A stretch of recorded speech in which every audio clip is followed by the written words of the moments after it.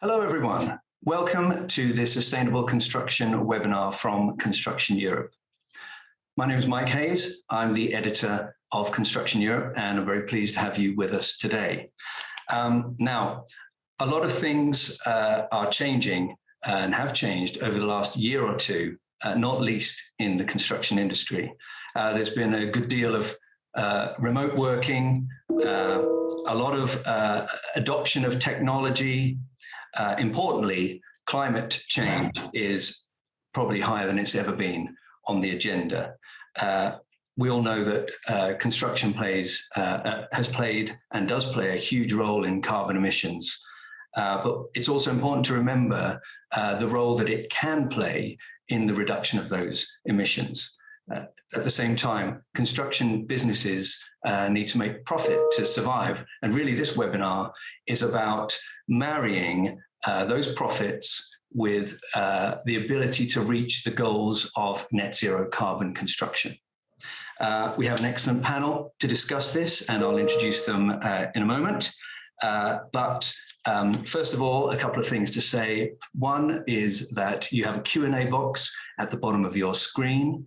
If you'd like to ask a question, please do, and I'll try and get to as many as I can in the time we have. The other thing to say is a huge thank you to the sponsors who have made this event possible. They are Arslef, IHS Markit, Orbcom, and Volvo. So a huge thank you to them for their support. Okay, right, let's meet the panel. There we go. Hopefully you can see the panel now. We have with us Dave Cheshire, Sustainability Director with AECOM and author of the book Building Revolutions, which examines the possibilities for applying the circular economy principles to the built environment. Welcome, Dave. We have with us also Ian Riley. He's been working in the cement industry for many years and is currently the Chief Executive of the World Cement Association. Welcome, Ian. Afternoon. And we have Carl Tees with us. He is an officer from the European Construction Industry Federation, FIEC. Welcome, Carl. Hello. Okay, so let's get straight into it. If I could start with you, Dave. We're starting to see construction firms adopting technology in a way that perhaps they haven't in the past. I'm just wondering if you're seeing the same kind of thing happening with construction firms adopting more circular economy principles in their operations. Hi, yeah, I think we're really on the cusp of major change now, and I think the awareness has definitely gone up. There's a lot more talk around circular economy, and particularly around embodied carbon and then the impacts of pouring all this concrete and forging all this steel in buildings. I think the change is still not coming through yet. I think there's a lot of policy driving change now.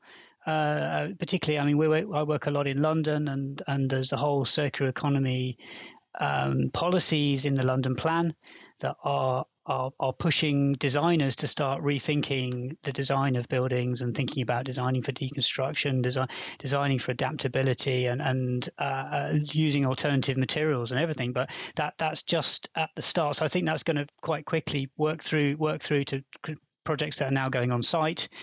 And I think we're seeing some small changes, so things like cement substitutes coming in. The use of GGBS is being used in a much bigger scale. People are thinking about rationalising structures and built forms, and I think there's a lot more to come. And I think there's going to have to be some fundamental changes in the long term for how we design for the net zero agenda and how we design around the circular economy agenda. You've talked before about a cradle-to-cradle approach to the built environment and how construction companies need to see waste as a resource. Can you talk a bit more about that, explain what that really means, cradle-to-cradle, and maybe give us an example or two of seeing that in action? Yeah, sure. I mean, cradle-to-cradle and circular economy are very closely related principles. The whole idea really is that we're trying to keep the value of our resources in flow all the time and keep them in perpetuity, because what happens at the moment, when I would say in a linear economy where we dig some stuff out of the ground, we use it for a while, and then it becomes waste and we chuck it away.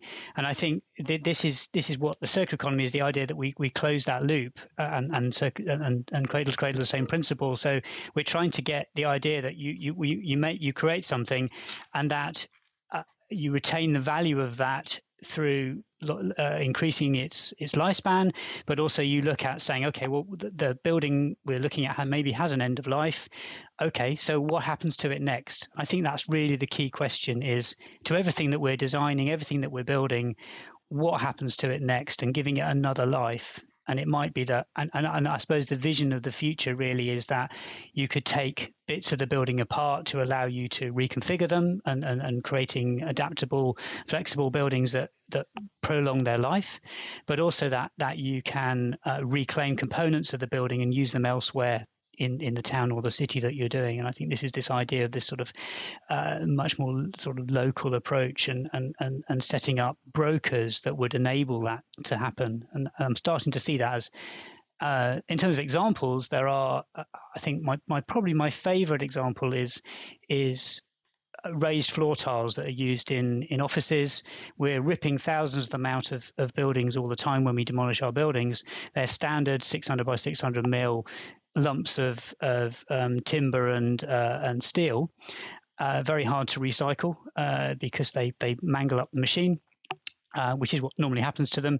And what people are doing is, there's one organization now that is actually taking these away from demolition sites, remanufacturing them, so cleaning them up, retesting them, re-warrantying them, and then selling them back at 20% or more cheaper than the new ones. And actually, it's a great example of the whole circular economy approach, but also of having a broker to enable that to happen. Because if you don't get the warranties, if you don't get the volume of supply, and you don't get the quality back, no one's going to use them, because the new products are always the safer ones. And I think if you could see that as a model, if we could apply that to much more components of the building, you could see how that would become a much more circular model. Brilliant. Thanks for that, Dave. Ian, if I could come to you, we know that cement is generally the biggest source of embodied carbon in a construction project, certainly one of them. Firstly, is there a simple and cost-effective way of bringing, reducing the carbon, or is it a more complicated issue than I'm making it out to be? Thanks, Dave, for the question. Cement is a hard-to-abate industry, and the reason it's a hard-to-abate industry is because about 2/3 of the emissions come from the raw material. So they come from the limestone, when that's calcined in the kiln to produce clinker. So when we look at the building materials, of course, what we're really using is concrete and not cement. I mean, cement is an ingredient in concrete. And so if we look at how concrete can be lower emission, one way is to reduce the emission of the cement. And there are some interesting new technologies that maybe we can touch on in a minute that give some other alternatives to doing so. I'd just like to pick up on something Dave said about the GGBS. So we are seeing more explicit use of GGBS both in geopolymers and in conventional concretes. But of course, the supply of GGBS is very limited. And most of it is already being used, especially in the developed world, for concretes. So actually, even though it's being more explicitly specified, we're probably not using more than before, because the supply is limited. And so we really have to turn to new sources of alternative cementitious materials to find ways to reduce the embodied carbon. And so those would include calcined clays. They would also include beneficiating materials like fly ash that previously didn't meet the quality requirements. There are a number of different ideas about beneficiating those and using stockpiles of old fly ash, using natural pozzolans.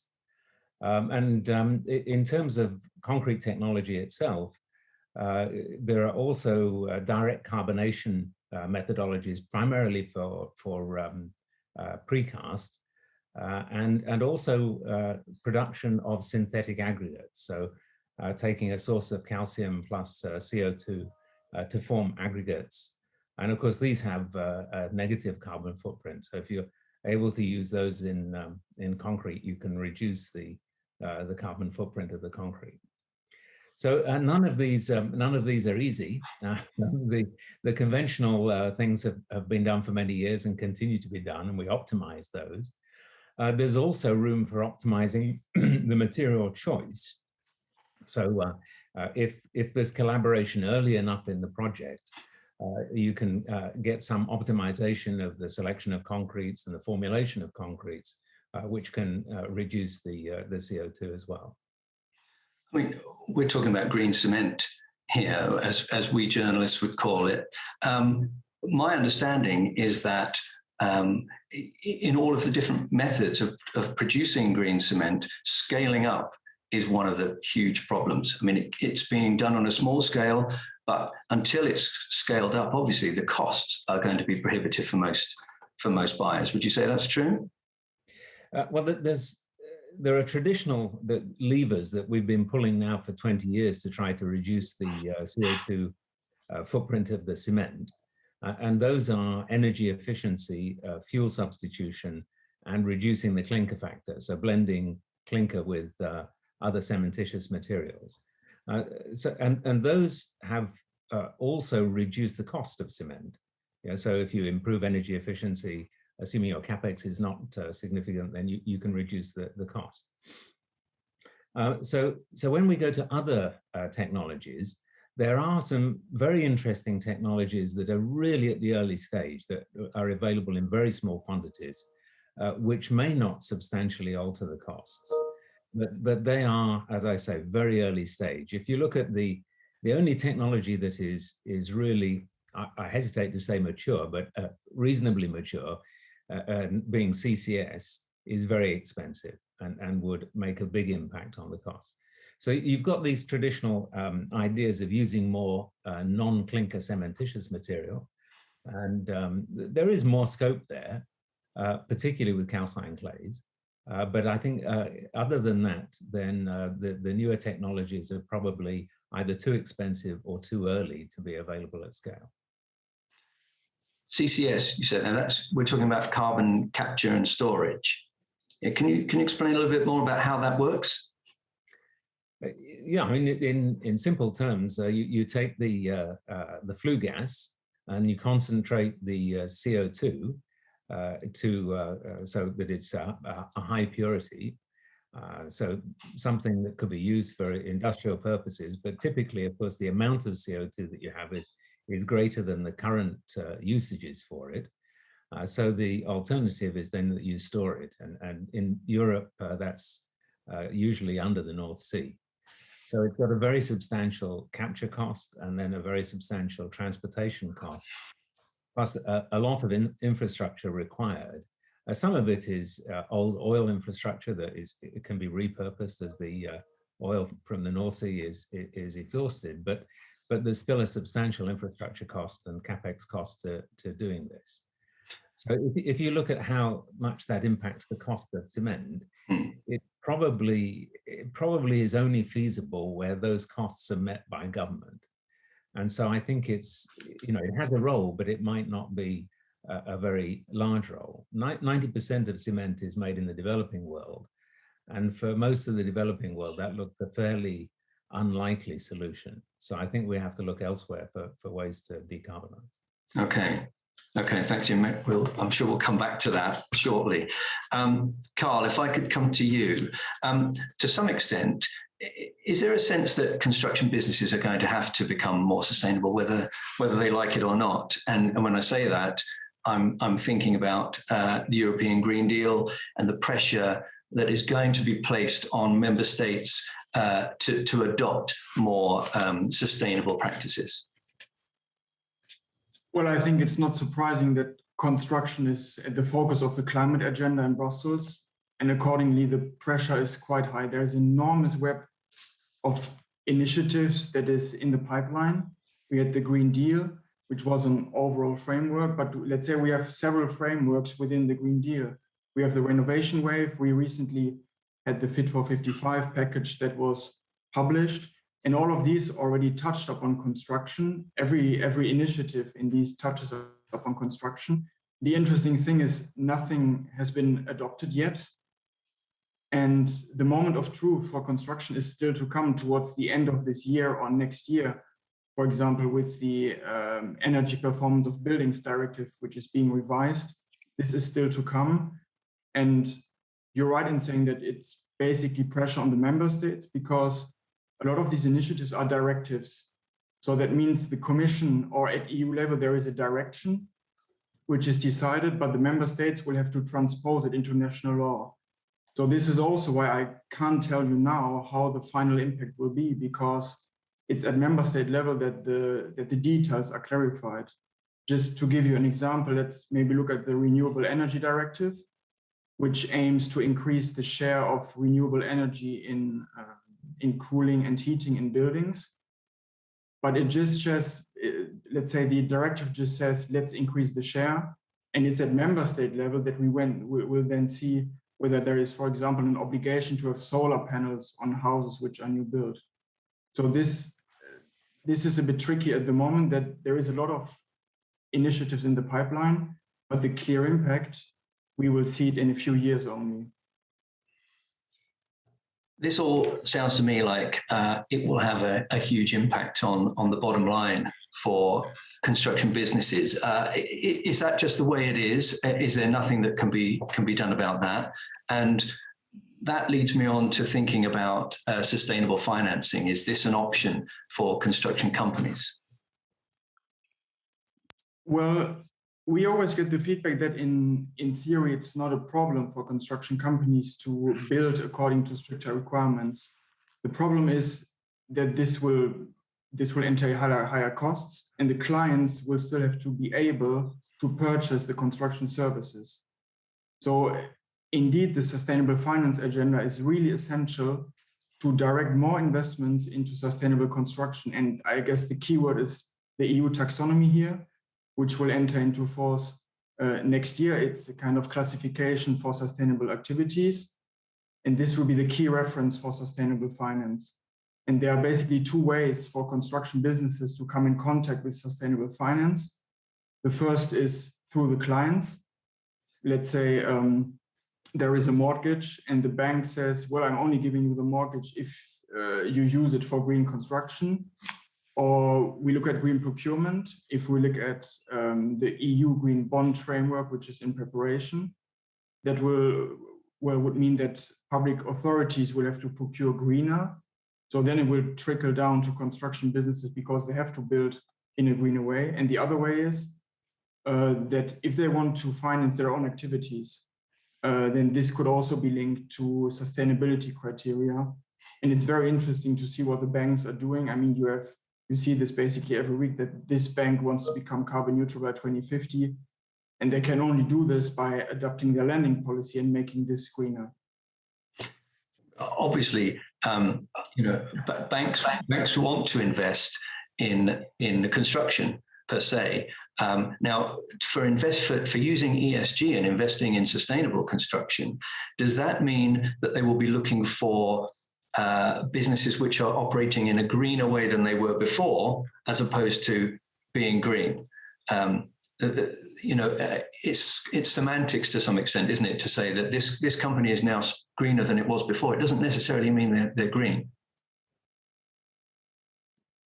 Well, we expect that this EU taxonomy, which has quite strict criteria, will be taken up by banks in a few years, let's say quite on a broad basis. And that means today, if you're green, this might not be sufficient to fulfill these criteria. There have been studies comparing companies in the EU with the taxonomy criteria, and only a very small percentage is aligned. So there is still a lot to do for businesses to qualify for these criteria. Okay. Dave, if I can come back to you, do you have a sort of a checklist for things that contractors could do that will simply and quickly make them more circular in their thinking? If only. I think that's that's really difficult. I mean, this is definitely not simple stuff. But I think for me, the fundamental change, and it's a systemic change, which I'm not sure how we fix, is that I think from case studies I've seen in the Netherlands, particularly, that the trick is if we can get much earlier engagement with the contracting world on projects right at the start, ideally. Certainly, if we want to get all the materials to be non-toxic and meet all the criteria that we're trying to meet, then getting the whole supply chain engaged right from the start seems to be a really essential way to do that, and that's certainly what's been demonstrated. In the UK, when I say that, it just sounds incredibly naive because we're all very good at fighting with each other, and and the whole engagement thing that happens. Contractors get involved much later in the process typically, and the supply chain and those decisions are made right down the line. But I think that's fundamentally what we need to be doing. Anything else we're going to be doing is going to be tweaking around the edges. So we're going to be substituting one material for another. We're going to be looking at that. One thing I'd love to see more of, and I know it's really difficult again, but it is really to be experimenting and testing out new materials that are coming onto the market, and probably having to do that offline. Doing it on a live construction project is nigh impossible, but can we do it offline and say, look, actually, and I've seen this, for example, Landsec have been doing a project where they tested out some new construction techniques for their building, the Forge, which is a net zero building, and they tested it, in a out of town location on a car park, effectively tested it all out, built it, did the testing, found that it was, I think, something like 20% quicker, 20% cheaper, and had 30%, I can't remember all the numbers, but considerably lower carbon emissions. The quality was higher because it was it was a lot of offsite construction, and they nailed everything down. Really, really slick way to do it. And I think that sort of radical change is only going to work if clients and everyone is enabled to say, look, we're going to test this, and then we're going to bring it to the project. I mean, some other things we've been talking about are some, really cool stuff around alternative insulation materials, for example, is a big deal in the construction industry in the UK, as we know at the moment. We're now growing, or the industry is now growing mycelium insulation made from, basically, mycelium is the sort of roots from fungus and everything. It's getting into a production stage now with Biome, say that they can supply a few houses at the moment, but they're going like that. The incredible thing about it is actually it's self-extinguishing. And there's a great BBC little case study you can find online, actually, where they try and set it on fire and it doesn't light. And he's even the experimenters even put a chalk ice on top of it, an ice cream chalk ice on top of it, while she's trying to set it on fire underneath with a blowtorch, and it doesn't even melt at all and doesn't leave any residual. And you think, wow, this is amazing. This product will sequester carbon, so it's trapping carbon dioxide, carbon into its structure. It's using a waste from the agriculture industry to grow this product, and it's a potential solution to the problem we've got with flammability of insulation materials. You think, this is fantastic, but how do we get that on? One thing we get a lot of is, come on, Dave, tell me all the innovative products you've got then. And I go, okay, well, there's this, and then they go, okay, well, tell me where it's been used before. You go, well, that's the point. It's innovative, and I think this is one of the problems, is how do we get innovation into this industry when we are understandably hugely risk averse and trying to say, well, it worked before, so we'll carry on doing it. We've got to bring that in sort of in parallel, I think, and offline to do it. I mean, I get this sense that the construction industry now is more open to innovation than it's ever been before. But unfortunately, all of these amazing applications and materials that we're talking about, they all sound like they cost more than the materials and applications we're using currently. Is there any way that we can take this step without it hugely affecting the bottom line? Is that just not doable at this time? Well, I mean, I have certainly seen case studies I mean, I think it's back to the problem about if you tweak around the edges, yes, generally you're going to be driving up cost if, because you're going to individual things or you're just trying to sort of deal with little problems at one at a time. But I mean, there are examples of I say, talking about earlier about partnering with the supply chain, where actually the project I'm thinking about, Park 2020 in the Netherlands, I spoke to the developer there, and he said, look, actually, it saved me money because actually I've got my whole supply chain sorted from the very start. It's a known cost. It's actually less time on site because I'm making a kit of parts that I can build there. So it's less construction and more assembly. And then actually that Landsec one I mentioned, the Forge, is also going down that line where there's very little actually going on, lots of manual trades on site, much less wet trades. Sorry, Ian. and there's more, and there's so actually you're saving money because obviously time is money on that. And I think, and the other areas where there's obvious savings, and this has been around a long time, but I think it's becoming more crystallized now, is that actually if we're reducing embodied carbon, which everyone is saying we have to do, and that's coming through the supply chain, that means less materials, less resources. We're going to use less. If we can use reclaimed materials, like I was saying earlier, obviously that's going to save some money, often, not always, but it depends on it. And part of the problem there is we need to set up the testing processes and all that supply chain issue. If we're refurbishing over new builds, sorry, I didn't say that earlier, but I think that's absolutely critical. The whole policy drive now is, retrofit first. Architects Journal's been pushing that, as has REBA, as things that we have to change, certainly in the UK. And you're basically halving your carbon emissions, embodied carbon emissions, by doing that straight away.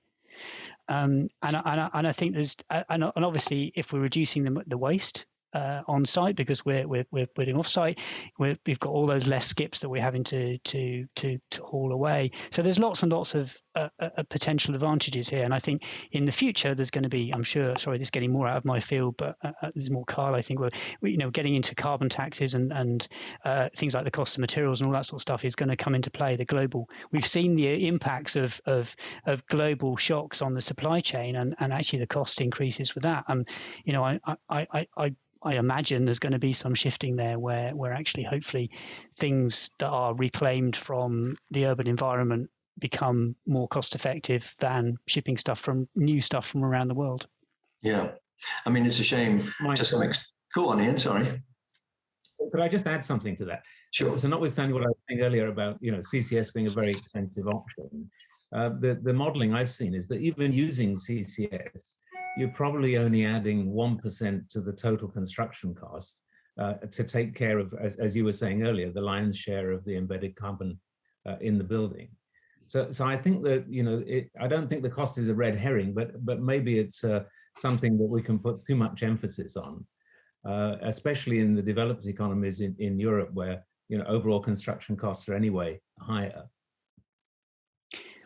Absolutely. Well, sorry, just reminded me, actually, there's one thing that when I was speaking to Landsec, who have gone through a real transformation, I think, over the last few years, and pushing to really net zero on everything, is that they are now bringing in what they call the shadow cost of carbon into their internal calculations. So they're actually saying, what is the more realistic social cost of carbon, or whatever you want to call it, which is basically taking into account the fact that if we don't try and mitigate some of the worst impacts of climate change now, then actually we're going to have to be pouring a lot more concrete to defend our cities from floods. We're going to have to be dealing with lots of disasters and all this sort of stuff that we're already starting to see that happening.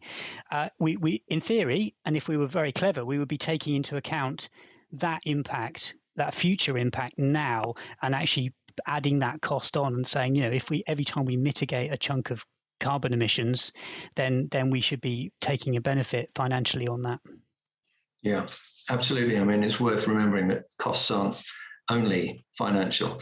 But coming back to money, Carl, what about things, maybe you could give us some good news in terms of the cost of adopting some more sustainable practices, like, for example, electric equipment, which obviously we're talking so much about in Construction Europe at the moment, so much more adoption of electric equipment. What about the cost implications of things like that?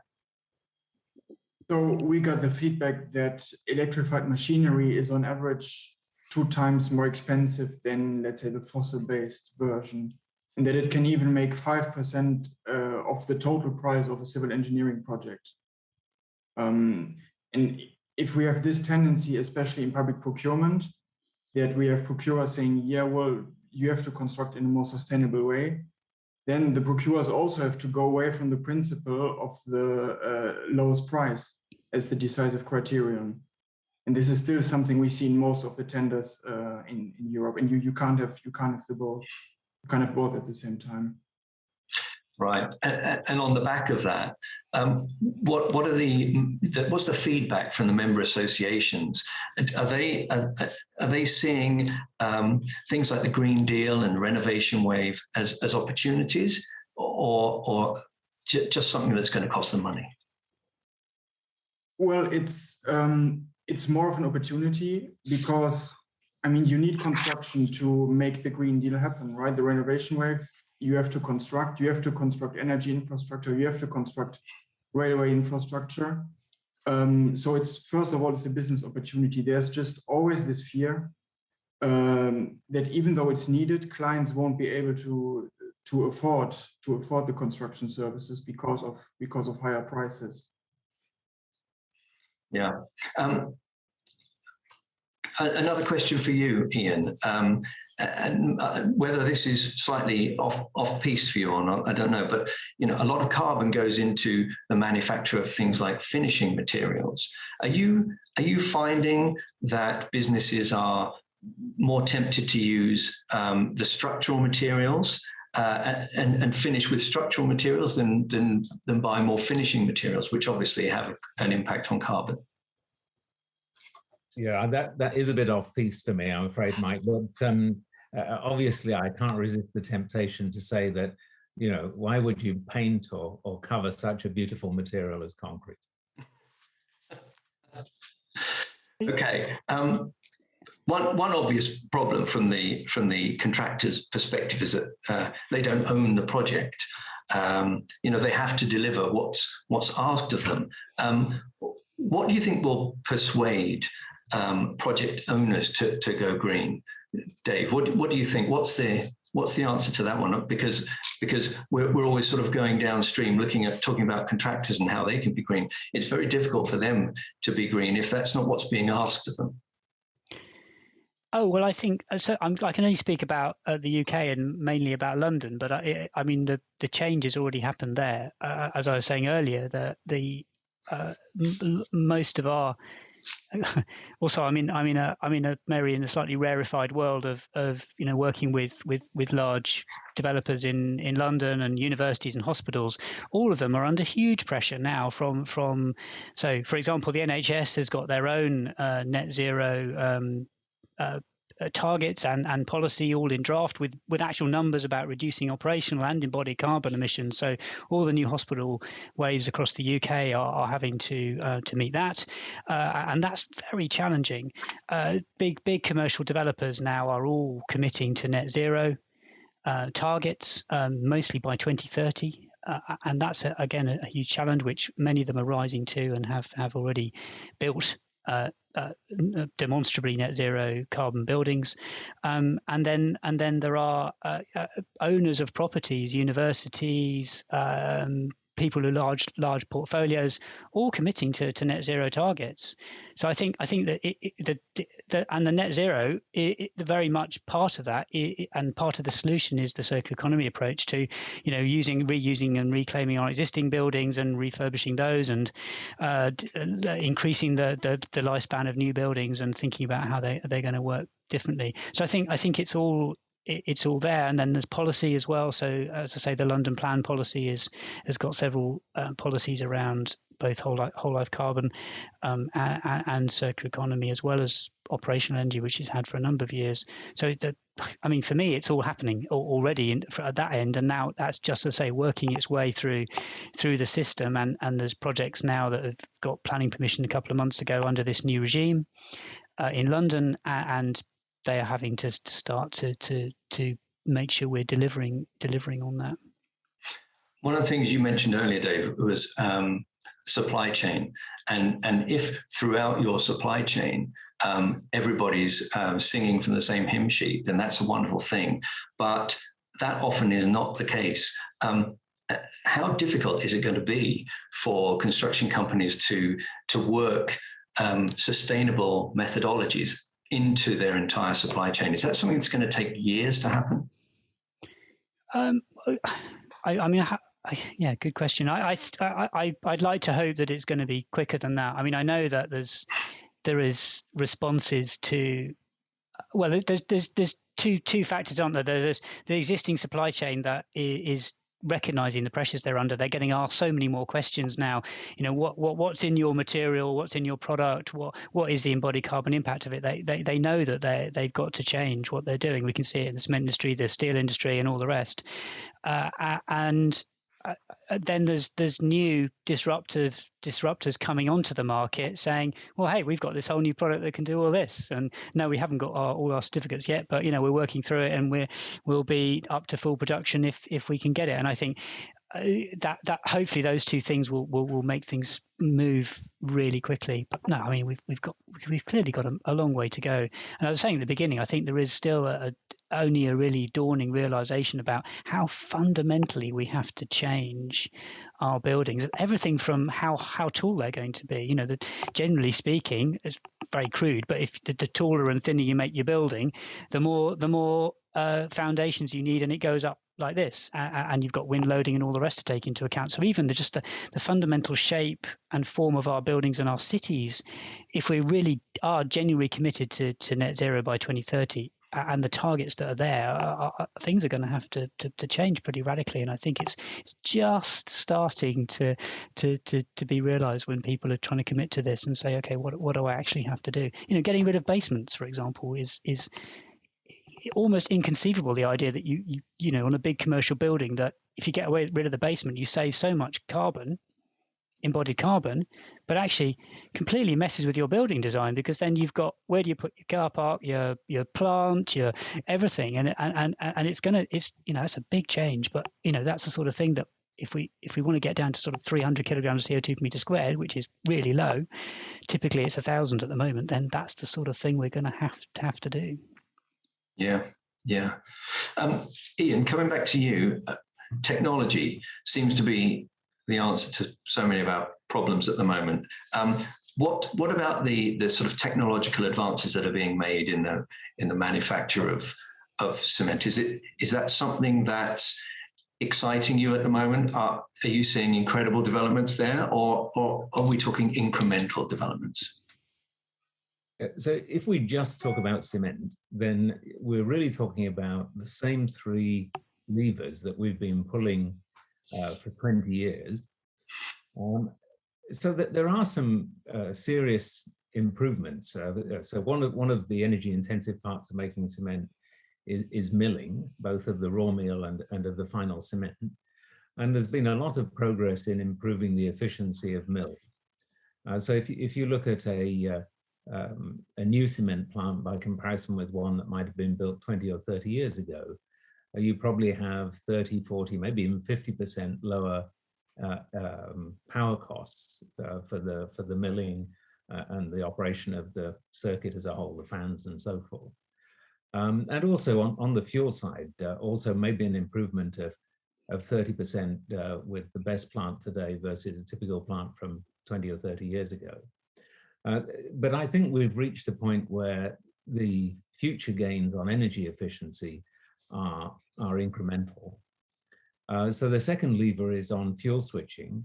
And there I think it's early days, but the potential is that we can eliminate the CO2 from the fuel side of it, either through hydrogen or electrification or a number of other slightly more science fiction type technologies, storing heat in salt or molten rock, or using direct solar. So there's a whole range of ideas that people are looking at.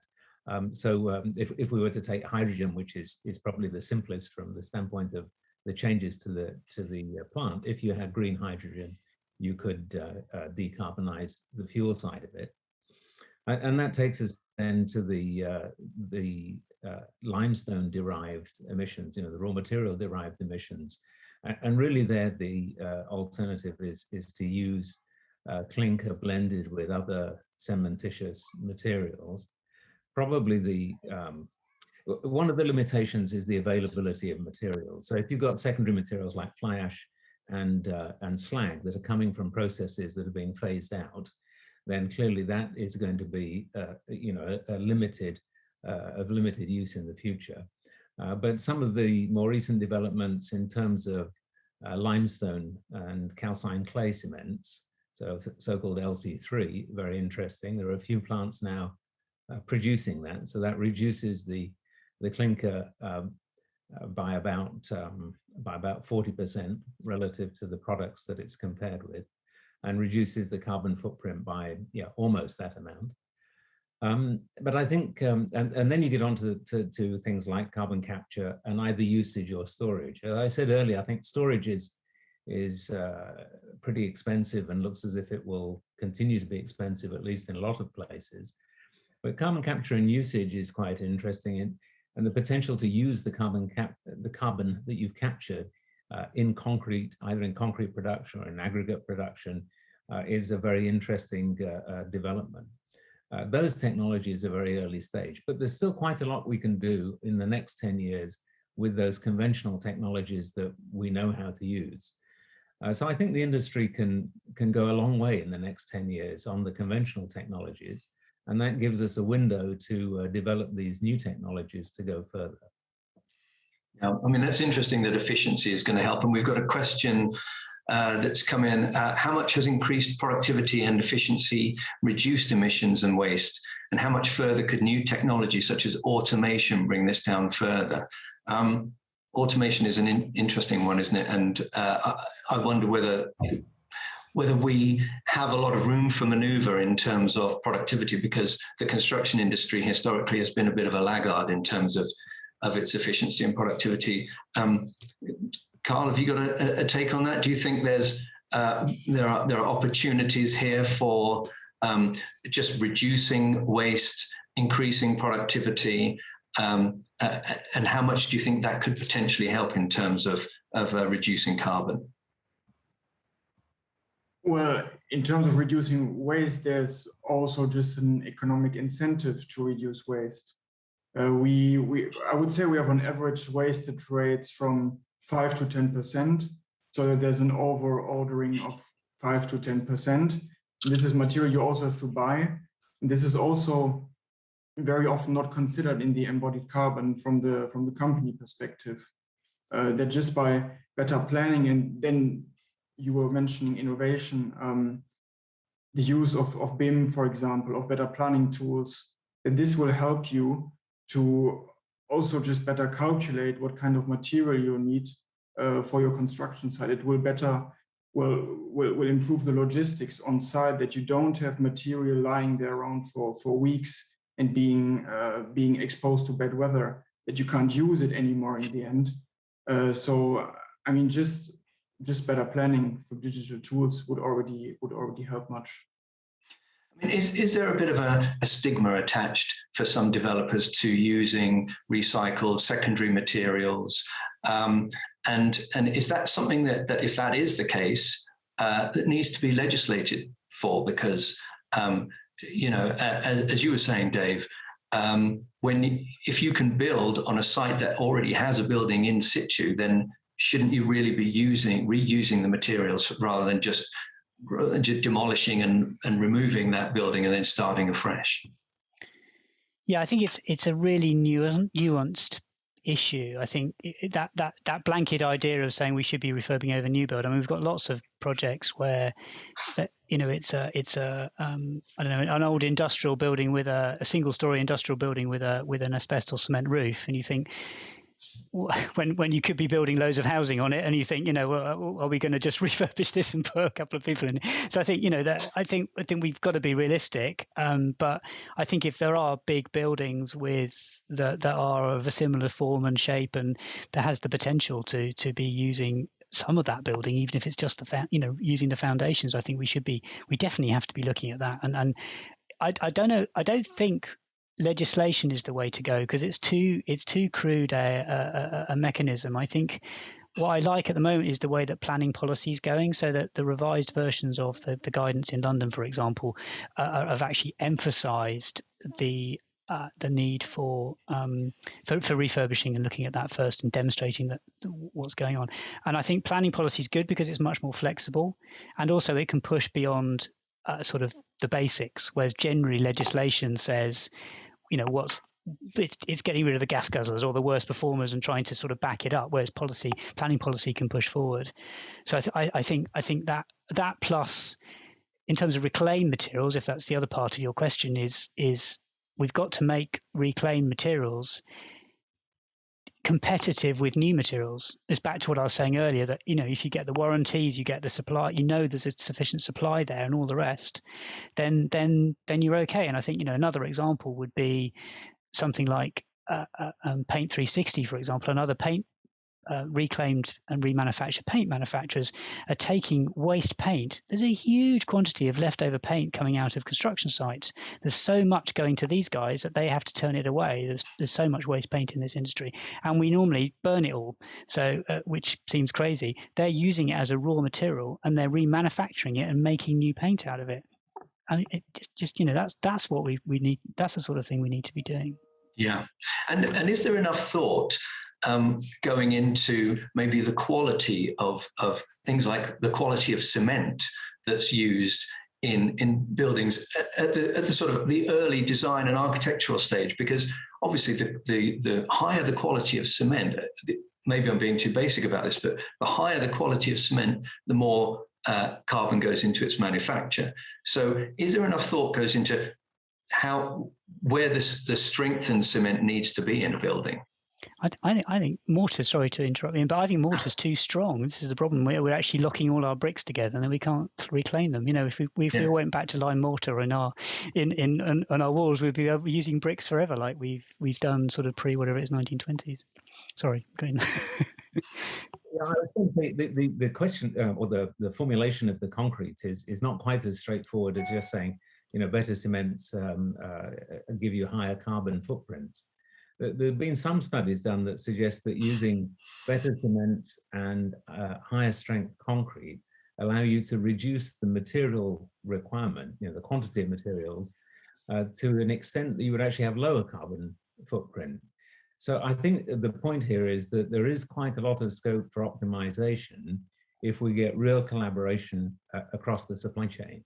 And the other thing, of course, I mean, this is a wonderful advertisement for concrete, but the largest unreinforced concrete dome in the world is at Hagia Sophia in Istanbul. And this is a building that is 1,500 years old and has been repurposed 4 times. I think it's an advertisement for all of us to try to copy.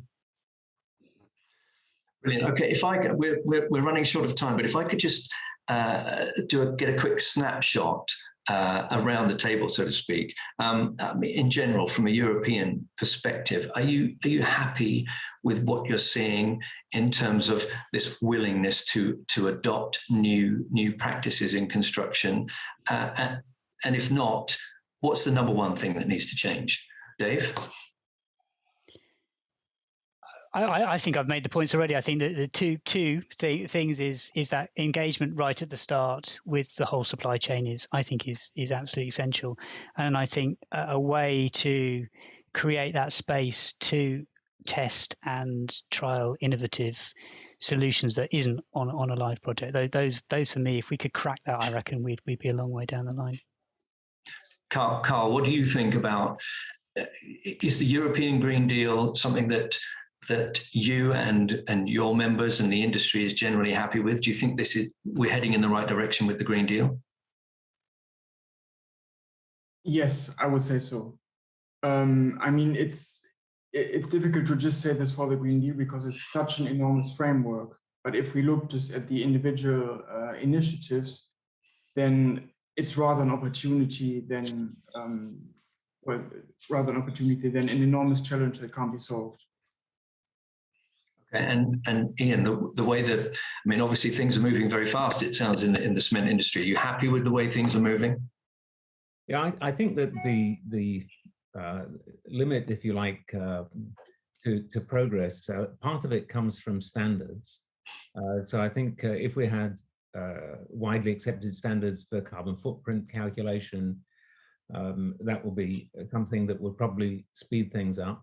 And if we have more flexibility on using new materials, and so that comes back to risk. And one of the things that we see happening at the moment is a lot of engagement on the part of designers and project owners for innovative solutions. But once they start to think about the risk of taking, the first step, if you like, a lot of them decide in the end that they'd rather go with something more traditional. So if we could find a way of managing that risk, or perhaps government could provide some backstop on managing that kind of risk, it could also accelerate things. Brilliant. Thank you very much, all of you gentlemen. I mean, it's been a whistle-stop tour of possibilities for green construction. Definitely something we'll be revisiting in the months to come. So thank you all very much. Now it just remains for me to say thank you all for attending. I hope you enjoyed it and found it enlightening. Before we go, a couple of things to mention. We have our construction technology webinar on November the 16th, in which we'll look at ways data is being used to power the construction industry. Hope to see you all there. And it just remains for me really to say thank you again to our sponsors, Arslef, IHS Markit, Orbcom, and Volvo for their support with this event. Thank you all very much. There'll be a recorded version, I think, of this webinar coming out in the next few days if you missed anything. And on that note, I wish you all a very good evening. Thank you and goodbye.